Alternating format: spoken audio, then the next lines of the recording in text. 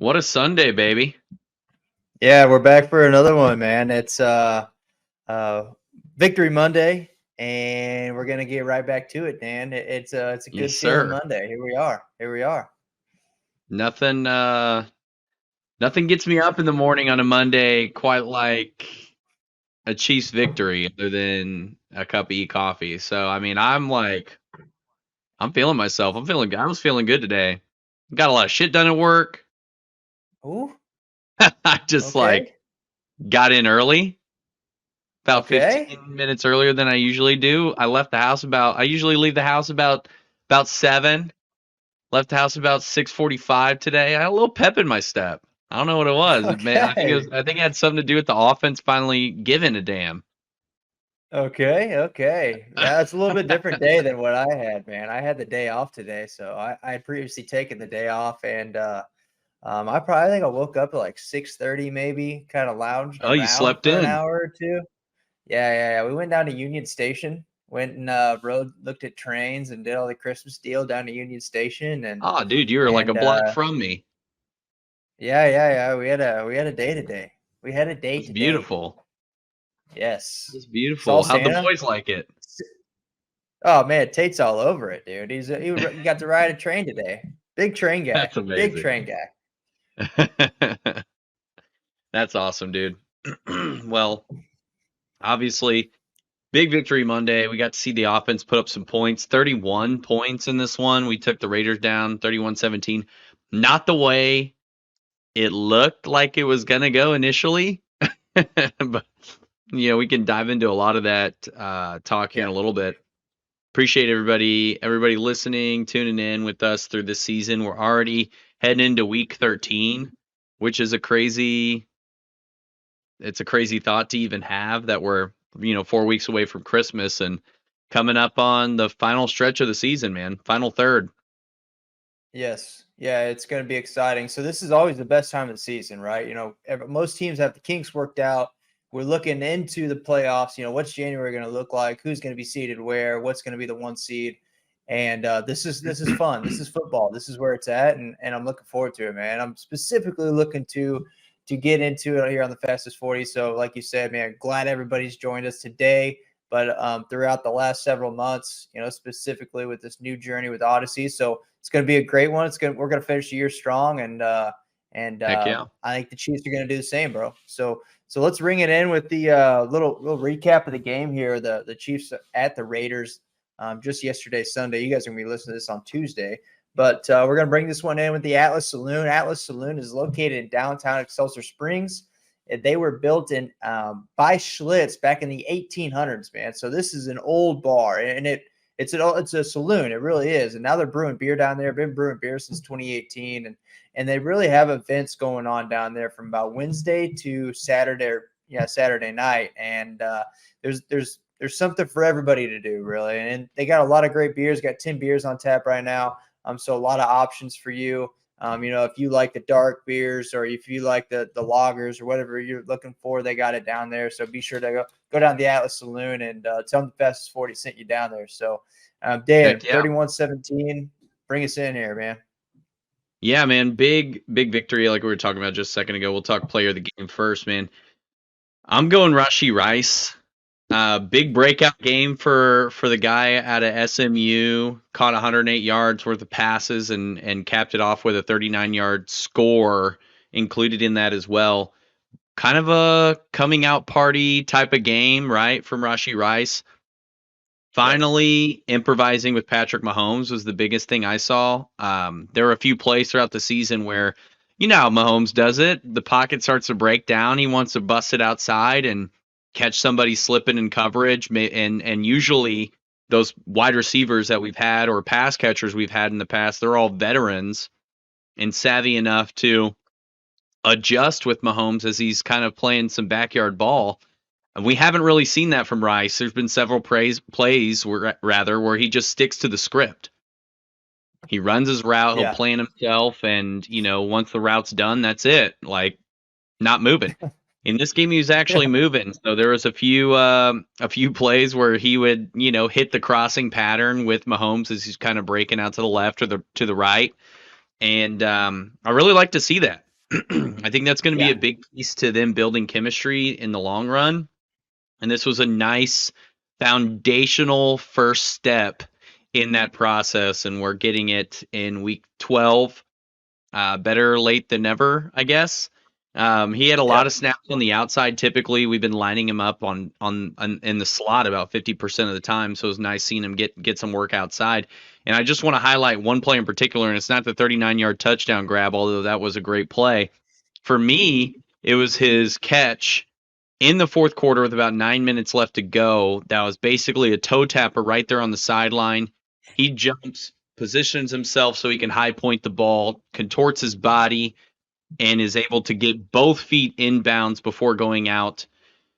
Just a clean catch, gets a first down on the play. Beautiful play from him. And that's really what I hope is a foreshadowing moment for what we're going to see. We've seen him make some plays like that, but that by far was the most skilled catch I've seen any Chiefs player make this year. So that was pretty awesome to see. Yeah, absolutely. So great point earlier when you were talking about how he kind of rose to the occasion, right? So I think that's something to elaborate on a little bit here, where we saw Rasheed Rice playing the 3, the 4, the 5 wide receiver in our offense, and now with everything that came along, you could even say MVS is still the one that going into this game, but it was kind of like with the injuries and everybody getting scratched from this game, it was like, hey, man, we need everybody that's in the game. You got to step up now. So who's going to be that guy? And it was nice to see Rasheed step out of that role player that he has been. I'm not just going to run the quick out. And if it doesn't come to me, my route's over, right? Like you were saying, extend the routes, extend the play a little bit. Like Patrick Mahomes is so great at, be a part of that greatness. And so I think that this was a phenomenal step for him moving forward, like you mentioned as well. And I think we'll continue to see him, being more than just the role player. Now he knows, hey, I can be a guy. I can be the guy. He could be our number one receiver at the end of the year. And I think that's super possible at this point. Within the next couple of weeks, he'll be our number one receiver. But that's exciting from that standpoint to see him step up and kind of take that on and really, looking forward 9 months, call me crazy, but we could see a completely different Rasheed Rice 9 months from now, to where this guy is we're talking about going for 1,200 yards or 1,300 yards or 1,400 yards with 8 or 9 touchdowns or double digit touchdowns. And I think with the progression we saw just from week to week, I expect to continuously see strong showings. 100 yards and a touchdown every game, probably not realistic, right? So I do expect to see some growth there, though. And you touched on some great points there. So my player of the game, I'm going with the anchor up front, Creed Humphrey. And this man, and really, let me just say this: I'm overdue for giving the O-line credit for what they've done in the last, let's say, 6 or 7 weeks, right? So I think I was all over them within the first 4 weeks. Having some trouble, specifically Jawan Taylor. He's still having some penalty troubles, but that's a different topic now. I think we can elevate that from just being him, right? I think there's a little more going on there, but the offensive line has played phenomenal football the last 7 weeks, but specifically Creed Humphrey for this game, 38 pass blocks last night, 0 pressures, 0 sacks, and just looking at a beautiful block he had downfield on a Pacheco screen against Diablo, who is a pretty good linebacker there for the Oh Raiders, yeah. and puts him in the ground about 15 yards deep and just stays attached. And those are tough blocks in space for O linemen. And for Creed Humphrey, with the wrestling background, he was a phenomenal center at Oklahoma, phenomenal wrestler in Oklahoma, not for the university, but so he's got that footwork, he's got that grasp downfield, and he does a great job downfield blocking. So player of the game here, Creed Humphrey for me, man. I got to give some love to the O line, man. Oh no, I love to hear it. When the announcers give an O lineman a shout out on a block, that's when you know it was a really good play. And on that screenplay, I think it was maybe Kevin Harlan. He goes, "Is that not just the best center?" And when he just levels Yeah. Diablo. So yeah, Yeah. incredible play from Creed Humphrey as usual. The guy is a tank for sure. Yes. Yeah. He's a unit, man. He's a unit. Love giving the big guys up front some love. Going into the Better Homes and Gardens injury report, I'll let you touch on Better Homes and kind of what Katie's doing for people here in Kansas City. Absolutely. So my wife, Katie Lawrence, is a realtor for Better Homes and Garden here in Kansas City, specifically Missouri as of right now. And what she's doing is serving anybody who is looking to buy, sell, or build a home, whether it's residential or commercial property. She's looking to help you out and trying to weave through those gaps or where you could save money and optimize your experience when you're trying to buy, sell, or build. Right. So we all know those of us who are homeowners, that can be a huge pain in the ass when it comes to that process. So having somebody like Katie on your side to take care of those small details for you is a complete game changer. So you can get a hold of her on this. If you're watching the YouTube show, you can see the graphic that's posted now. But if you are not watching, feel free to give her a call or shoot her a text at 816-868-1920, and she'll get you taken care of. So Dan, bring us in with the post-game injury report, brother. Yeah, man. Pretty much not a lot to report from Andy Reid. We saw Donovan Smith leave for a couple players with a stinger, couple plays with a stinger. Wanya Morris came in, had 2 pancakes. How about that? Yep. But he should be good to go. Sky Moore had a slight tweak. There was another player, I think Trey Smith, maybe tweaked something in his foot, but nothing serious where they're going to fear that anybody misses time. Something to highlight: McCole Hardman just had surgery today on his injury, so likely to see him stay on the IR for a little bit of time as he recovers from that. Nick Bolton, however, Andy Reid came out in a presser today and said there's a very good chance that we not activate, but open the 21-day practice window for him to return from IR. So that is big news. Not necessarily in the game, but something to look forward to for next week. So when we get the next Yep. episode recorded, we can touch on that a little bit more. But all in all, man, real healthy, real healthy coming out of the game. Let's talk about the game itself, right? And I want to start it off with a Yes. couple points before we break down offense and defense. First off, shout out to Max Crosby. I know he's a Raider and everything, but the dude is a certified warrior.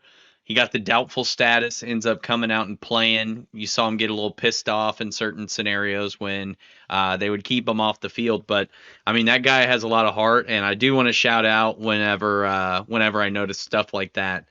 So Max Crosby, man, 98, would have loved in a different lifetime for him to be a Chief. Yeah. Yeah. No doubt. Yeah. Strato looked over at me last night. Strato came over and watched the game with his family, and looked over and he was like, "Man, this guy has got such an opportunity to be Defensive Player of the Year," and he really does, man.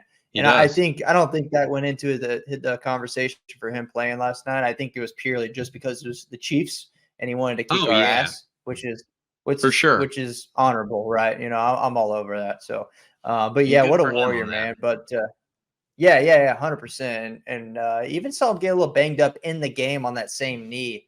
So it'll be interesting to see how he progresses. And obviously, we play the Raiders again on Christmas Day this year, so just about a month away. But some other news coming out, a couple other points here. Specifically in the secondary for the Raiders, Marcus Peters was released.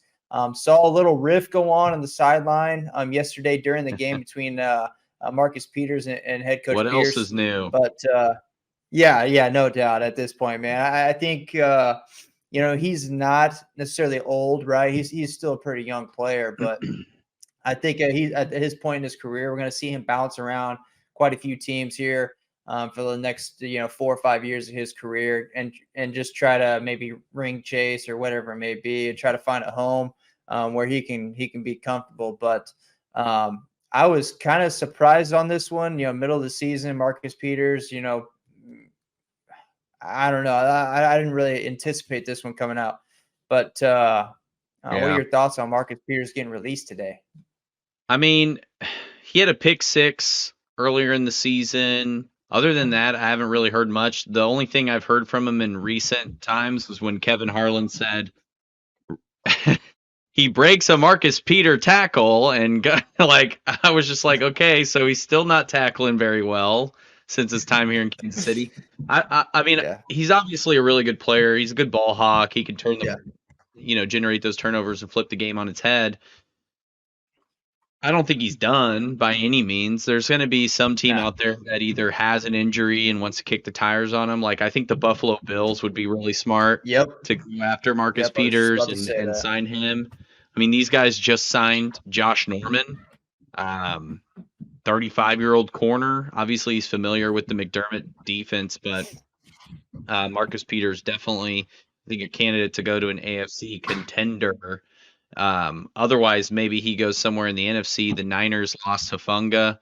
They might need some defensive back help. They seem to get anybody they want. So we'll see. Yeah. We'll see how that plays out for him. But yeah, I mean, not surprising. We've seen him have some rifts here and there with coaching staffs, and it didn't appear to be anything. It's not the craziest thing I've seen Marcus Peters do on a sideline, but definitely didn't seem like everything was cool.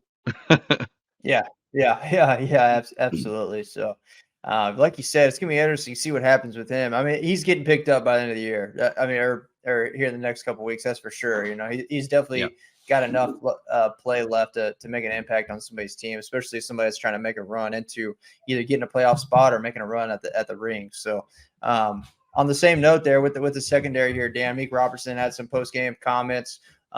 Specifically saying, you know, quote, we were better than that team. We have more dogs, close quote there. So, yeah, I mean, you might have the dogs, but you don't have anything else to make you a better team. You know, I don't even think you got the dogs. You know, you can say that all you want, but I I mean, don't think you got the grit to get it done if that's all you had. So I'll close that one out pretty quick for you there, Mr. Robertson. But I understand his let me. mindset, right? I think you have to have confidence, and I'm sure everybody on that defense has a dog mentality, has confidence. But he's talking about it's like they just lost to the fucking, or excuse my language, like they just lost to the New England Patriots.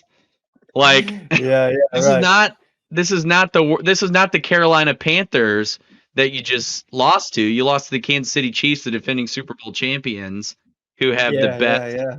tied for the best record in the AFC once, obviously now the Ravens have beaten the Chargers, but I mean, I just don't understand where he's coming from with the "we were the better team" remarks. It has no basis. There's no Yeah, yeah, yeah. substance to that comment other than, he can be upset, but just different choice of words next time, I think. Yeah, That's yeah. not And that's you're not going to obviously pay very them too many passionate. dividends on Christmas Day. Yeah, yeah, yeah. You're obviously very passionate about your thought there on his comments, but a little ammo here for your beliefs there. So, Mahomes and Andy Reid as a head coach quarterback tandem there are tied for most wins at Allegiant Stadium by head coach QB combo with 4. So those other combos involve Derek Carr and Derek Carr. He's both the quarterback for both of those. But John Gruden and then our man that just got fired a couple months ago. I McDaniel. can't remember his name at this. McDaniel, yeah. So Mahomes and Reed are just as successful in that stadium as the last 2 head coaches, and it's what a time to be a Raiders fan. You know, get you a new I stadium, love move Raider move Week. move cities. Yeah, but actually, post Raider week is the best because you get to talk all the shit from the weekend because you know you're We earned walking it. away with the dub. So, yeah, it We is earned what it, it is. baby. So, defense. Let's dive into what the defense is looking like whole game here. Dan, you want to kick us off with the defense, bro? Dude, the first half, I was like, what is going on with our defense here? These are not the guys that we've seen the first 11 weeks. Devontae Adams just absolutely bullied L'Jarius Sneed. I mean, he might as well have done the little boy celebration on him after every catch because he was just out body him, out muscle him every chance he could get. Jacoby Myers open at will throughout that entire those first 2 series that they ran. And then, of course, the Josh Jacobs 63-yard touchdown. That was a killer, not just in the game, but in a fantasy game that I really needed to win. So there was a few pieces there that were incredibly frustrating in multiple facets, right? But after after the offense got going, we got a score. They were able to finally, keep the Raiders out of the end zone, keep them from scoring. They only scored a field goal after halftime. There was one other thing that frustrated me, even though we stopped them and we were playing that, really tough defense, forcing them into punts and things like that. We just couldn't generate any pressure until really late in the game. I mean, Aiden O'Connell went throughout this game. At one point, he was 14 for 18 with just a shade under 200 yards and a touchdown.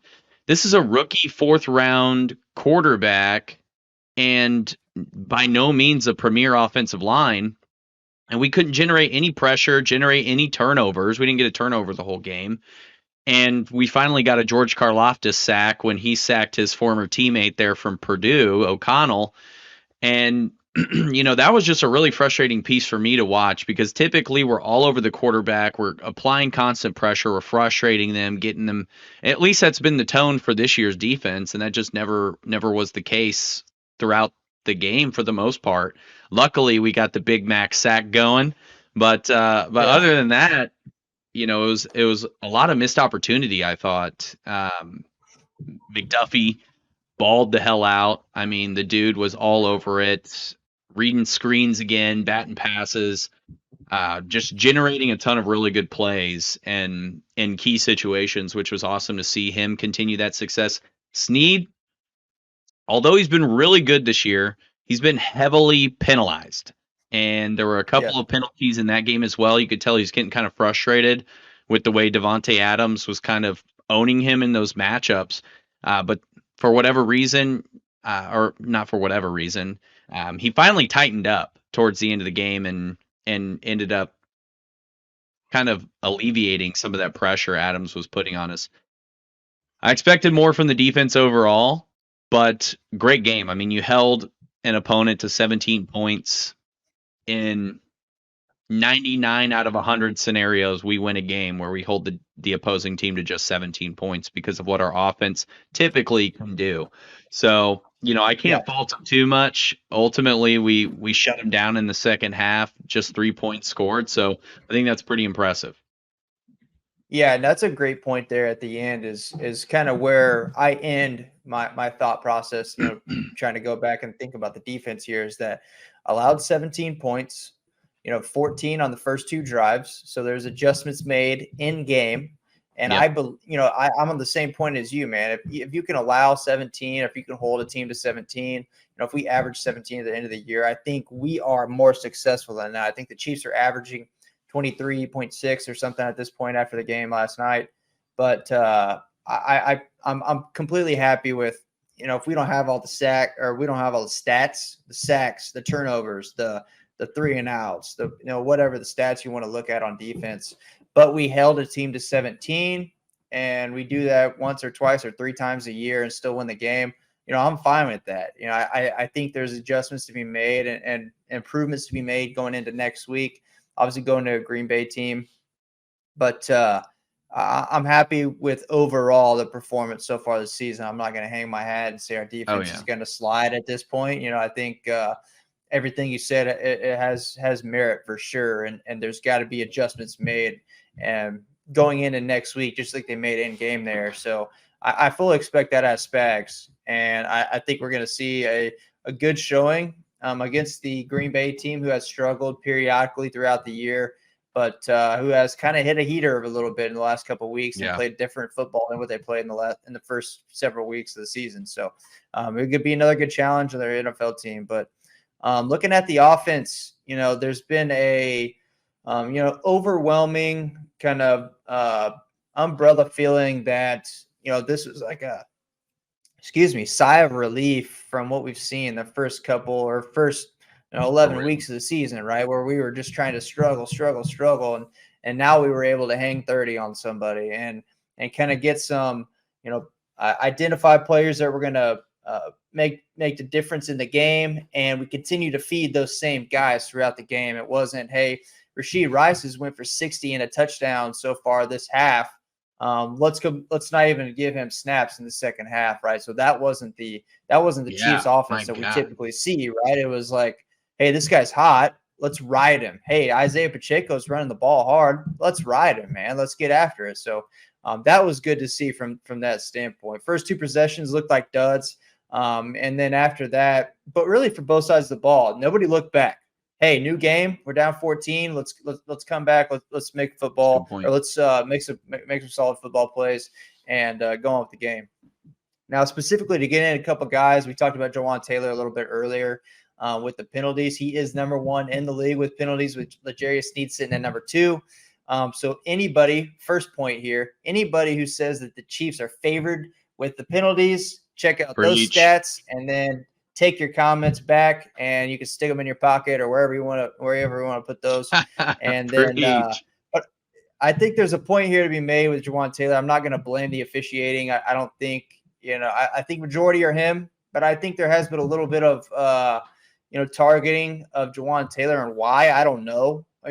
This was like completely out of left field when we're looking at the same thing. You see the same thing out of tackles across the league, and it's not getting called. But again, I'm not going to blame the refs. It is what it is. He's got to adjust. He's the player. He's got to adjust and make better plays. So Pacheco got going inside the 1 yard line, had 2 touchdowns, and finally handed the ball off inside the 5. So this is a huge factor for me. So handing the ball off within the 5 yard line, we've seen so many mistakes this season where we're trying to force the pass inside, specifically the red zone, really. But when you get within the 5, man, Pacheco's averaging like 4 or 5 yards. So it's a no-brainer to give him that ball. Let that guy go out there and eat and make those plays. And on third down as well, third and short, 3rd and 2, 3rd and 3, 3rd and 1, give the man the football and let him go eat. You see how he runs angry at the ground and whoever's trying to tackle him, how, we have to give him those opportunities to let him, one, develop as our number one running back, which is a no-brainer at this point. And 2, he's got to be able to go earn those yards, right? So that's what the running back is there for, right, is to go earn those yards on 3rd and short and 4th and short and within the 5. So that's good to see, but it's got to be consistent, right? So we need to see the same thing next week. We need to see the same thing against Buffalo in 2 weeks, and really in 2 weeks, that's when it's important.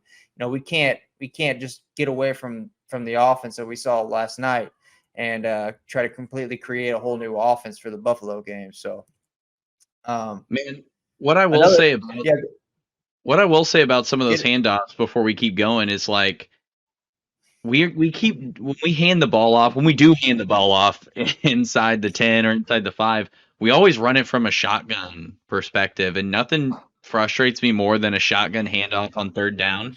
And I was expecting the worst on those 2 plays. It's like, man, here we go.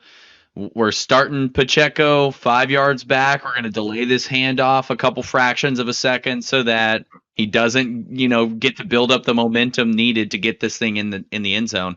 And we just like totally changed the way our blocking scheme is designed in there so that he could actually get some breathing room and get the ball across the plane.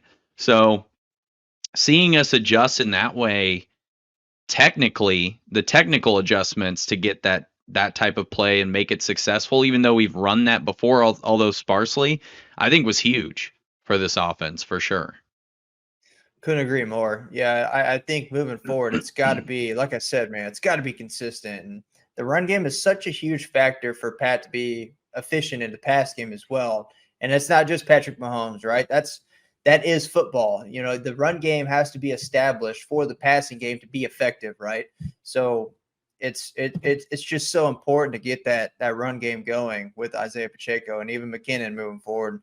We saw CEH last night, right? So he had a couple decent runs, and I'm down. If somebody's gonna come out and produce, let's get some. But yeah, right. So it's just got to be consistent, man. I expect to see that at anybody's offense. So Dan, let's looking into the rest of the AFC landscape here. You want to bring that in with eCoffee, and then we'll talk about kind of the last remaining weeks here. We got to take a look at how the things are going to shake out in the AFC for the playoffs. Yeah, man, AFC shaping up big, and our offense is finally getting things going just in time for the crunch time part of the season. Quick shout out to eCoffee, KC Local Coffee Company. Great story behind what that coffee does, and and kind of how they got started, what their roots are like. They are KC local, like I said. So, I mean, 'tis the season to support some local businesses. If you need a stocking stuff or anything like that, go to their website, www.eeroastscoffee.com. My favorite's their espresso. I like their Rad Kingdom blend that they put together as well. If you just want some drip coffee, but they're really grabbing beans from all over the world. Best places roasting them here and sending them where you need them. So check them out, www.eeroastcoffee.com, and get that coffee lover in your life something for their stocking. So we'll go into key matchups for Week 12. The three games we highlighted before we entered the weekend, obviously with Thanksgiving, it was all NFC, so all of the best matchups came on Sunday. Jacksonville, Houston. Jacksonville ends up winning 24-21. Matt Amendola, a name you might be familiar with, comes up just a yard short. And something a buddy of ours, Evan McDowell, he pointed this out. They lined up about 9 yards back, and the typical lineup for a field goal is about 8. He was just barely shy of making that kick to tie it and send it to OT. Obviously, Amendola, not a great reputation here in Kansas City with all the field goals he missed while Butker was out last season.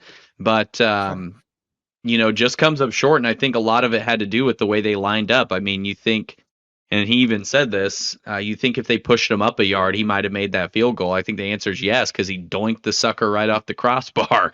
So, Yep. comes down to the wire for Houston and Jacksonville, but they get the dub there. Philly in overtime takes down the Buffalo Bills. A couple things I want to highlight in this game. Josh Allen played his tail off, first of all. Yeah, he did. The dude Yep. Stud. balled out. He played safe and secure football, which is something we haven't seen from him in a long time. Typically, he's good for 2 picks and a fumble. That's not what we saw in this game here. I think the overlaying message of this game is officiating. The officiating was piss poor at best, and I'm not the guy to blame officials for the result of a game, but in this particular one, they had just some egregious missed calls.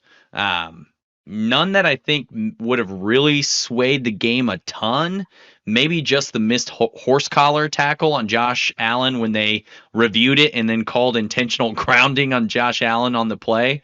But other than that, there wasn't a ton that I noticed, and albeit I was flipping back and forth between the Chiefs game and this, but huge win for Philly, obviously, and a tough win for Buffalo. Drops to 6-6. I mean, their playoff chances ride on a very healthy win streak to end the season. Yeah. And then Baltimore just absolutely handles the Los Angeles Chargers. Day 12,036 of wondering why Brandon Staley's still their head coach of the Los Angeles Chargers. Oh man. So I just want to touch on one game here before we jump into the standings here for the AFC, and that's Jacksonville and Houston. So with my Chiefs glasses on as a Chiefs fan, looking at the playoffs and how they shape out, right? So if we sit in a 1 or 2 seed and we're watching this Jacksonville Houston game, we want to see a rookie quarterback in the playoffs, right? So whether we're the 2 seed and we play the 7, we want Houston to sit in that 7. Or if we're the 1 seed and Houston's the 7 and they play the 2 and they beat the 2, and then that 7 comes to Kansas City, or that 6 comes to Kansas City, we want Houston sitting in that slot so that we can play that rookie quarterback. And a couple points here, and that being is that, one, Chiefs defense has historically played rookie quarterbacks phenomenally, and they've played rookie quarterbacks great when they weren't good, when the Chiefs defense wasn't good. So now that we're good, bring that rookie quarterback in here and let those boys eat. Second point is Jacksonville has a chip on their shoulder for Kansas City. They want to come back in Kansas City and handle the Chiefs, right? We took them out of the game last year, took them out of the dance last year. They want to come back and they want to get that retribution there. So looking at that game, that's kind of how I viewed that with my Chiefs glasses on. But that's all I got being said there. Chargers, I mean, they're last in the AFC West. I mean, who would have thought that was going to be the case this year? Not me, after they've been picked to win the West for the last 7 years while Pat's been here. So that's okay. But Dan, bring us in with the AFC standings as they sit right now, man. Everyone wants to dethrone the kingdom from the AFC West. Got to be about it if you want to do it. Chargers ain't about it as long as they got that coach in his position. The AFC standings, Ravens with their win over the Chargers advanced to 9-3. They're on a bye this week, so if the Chiefs handle business against the Packers, we'll have the same record as them, and we actually move into the 1 seed because of a tiebreaker due to our AFC record. We are 6-1 against AFC opponents. I think the Ravens have 3 losses to AFC opponents, so that would push us up into the 1 seed if we take care of business next week. At the 3 seed, you've got the Jags, Dolphins at 8-3 as well at the 4 seed, and then the wild cards: Steelers, Browns at 7-4, and the Colts of all teams at 6-5. Texans right on their heels. Broncos not too far behind, both at 6-5, and the Bills looking outside at 6-6. Of course, we're not talking about the Bengals anymore. The Raiders, we never really thought had a chance. The Chargers, a shocker at 4-7. Can't believe they're doing what they're doing, but we'll talk about it a little bit later this week when we kind of preview things for Week 13 and our matchup against the Packers. But a lot of big games coming down the stretch for the AFC as a whole that are going to help shape the picture of what the playoffs are going to look like. And obviously, you want to know who's going to make it to the playoffs, but for bigger reasons, you want to know who the Chiefs potentially could be playing, what that schedule is going to look like, playing the scenarios out. If so-and-so beats so-and-so, then what is the scenario that gets us to host? Or if we're already, getting home field advantage, who do we want to win so that we can see the best matchup going through the playoffs? I've said it before and I'll say it again. I'm not really fearful of any of the teams in the AFC other than the Kansas City Chiefs doing something to hurt themselves in a game as opposed to a team beating us. Now, when it comes to teams in the NFC, that's a little bit different. I think the Niners and the Eagles are right up there as far as top tier teams go. It's Chiefs, Niners, Eagles. But yeah, I mean, nothing really jumps out the page at me. I think the Ravens losing Mark Andrews earlier this season is a big loss for them.